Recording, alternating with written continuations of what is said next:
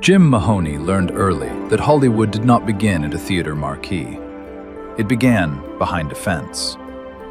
As a boy in Culver City, he and his brother lived beside the MGM lot, close enough to hear horses snort, directors bark orders, carpenters hammer dreams together, and grown men pretend the South was burning while lunch wagons rolled by with sandwiches. Their backyard fence was old, sun-bleached, and full of gaps. To most people, it was a boundary. To Jim and his brother, it was a ticket booth. They dragged an old crate beneath the fence, climbed onto it, and pressed their faces between the slats. On the other side was another world. Ladies in hoop skirts, soldiers in gray uniforms, wagons, fake trees, painted mansions, cables, cameras, sweat, smoke, and men with megaphones shouting as if they commanded history itself. "What do you think they're making?" his brother whispered. Jim squinted through the dust. "Something big." They did not know the title. They did not know the stars.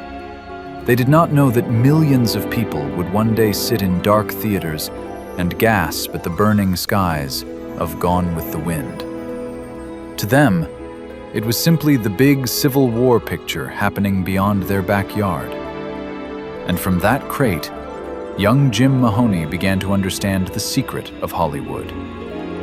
Nothing was real, and somehow, all of it mattered. The mansions were plywood, the smoke was controlled, the tears could be repeated for another take. But the magic was real enough to make two boys forget the world behind them. Years later, when Jim would move through Hollywood not as a boy at the fence, but as a man people called when trouble started, he would remember that crate. He would remember the smell of dust and magnolia. He would remember that every great illusion needed someone behind it, holding it together before the whole thing collapsed. That was Hollywood. And someday, when the phone rang and someone shouted, "Get Mahoney!" Jim would already know what to do.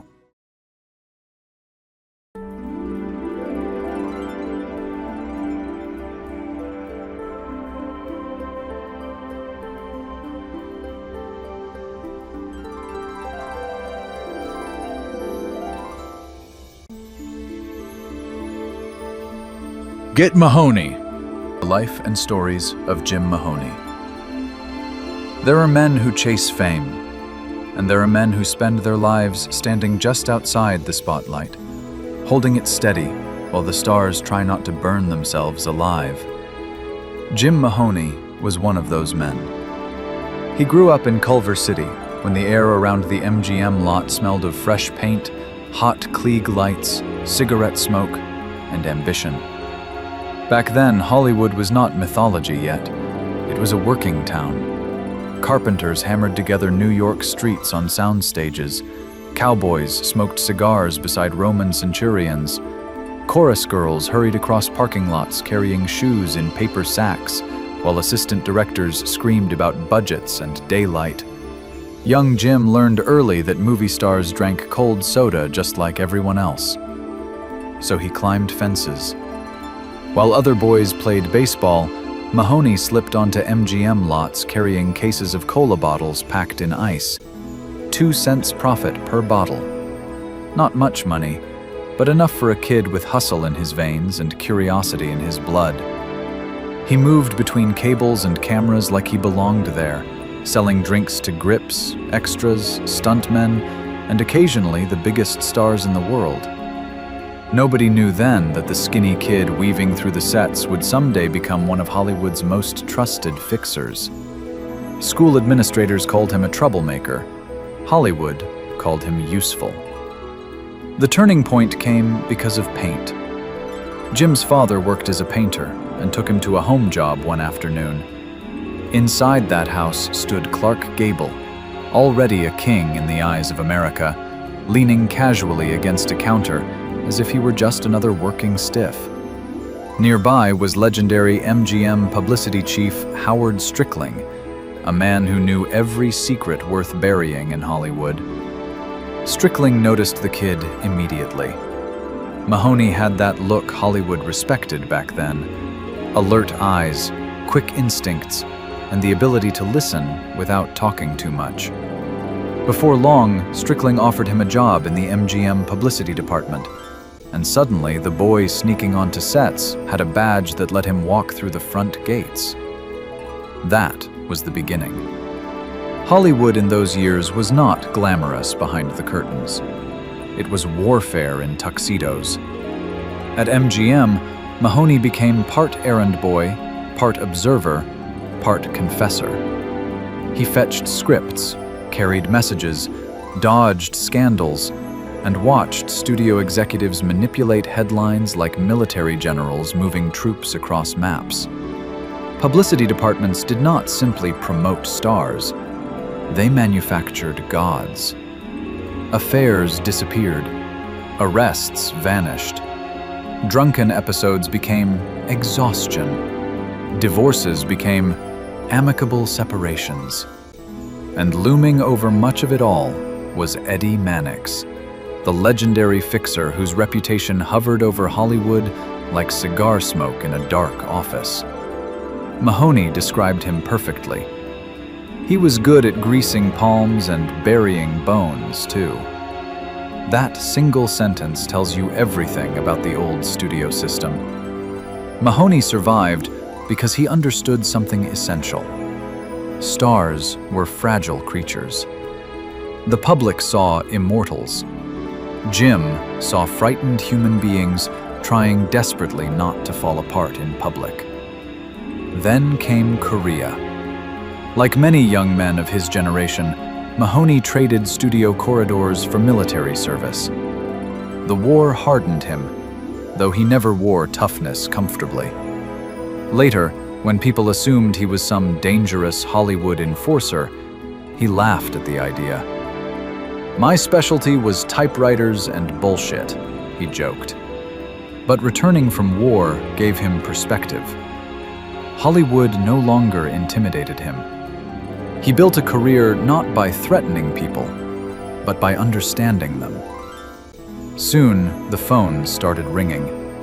A scandal here, a drunken actor there, a columnist demanding answers, a studio panicking over rumors, a politician wanting discretion. Mahoney became the man called when things went sideways at 2 in the morning.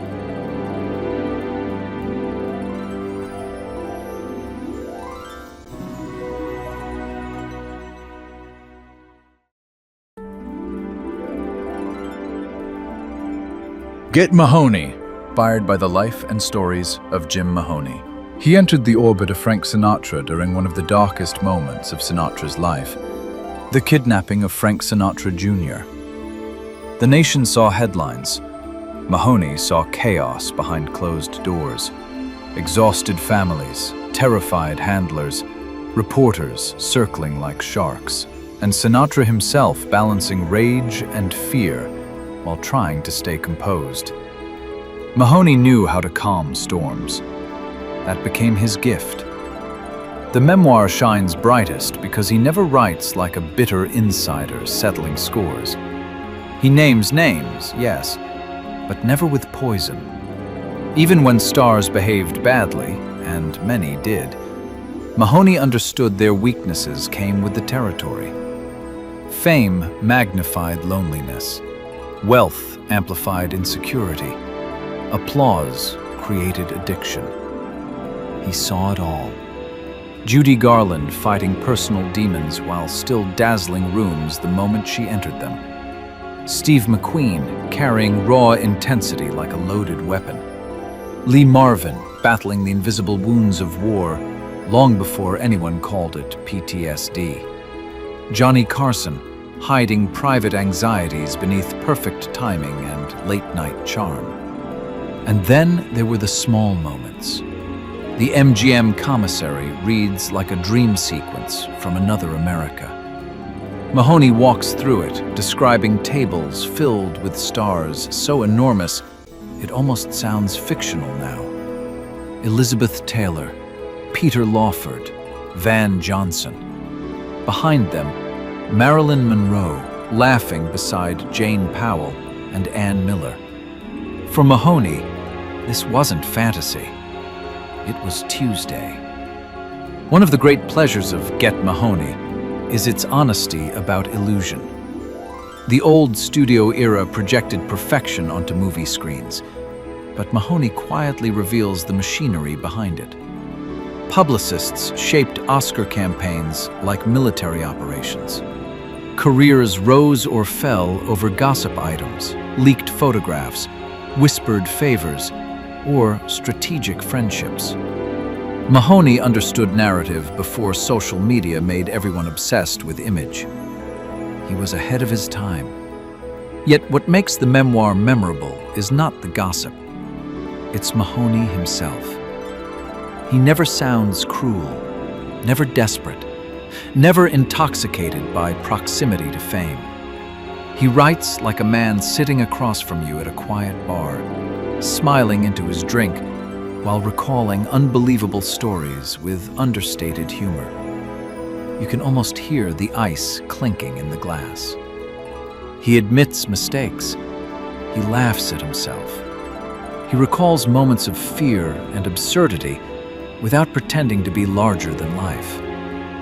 That humility gives the stories credibility. He isn't trying to impress you. He's simply opening a door to a vanished world.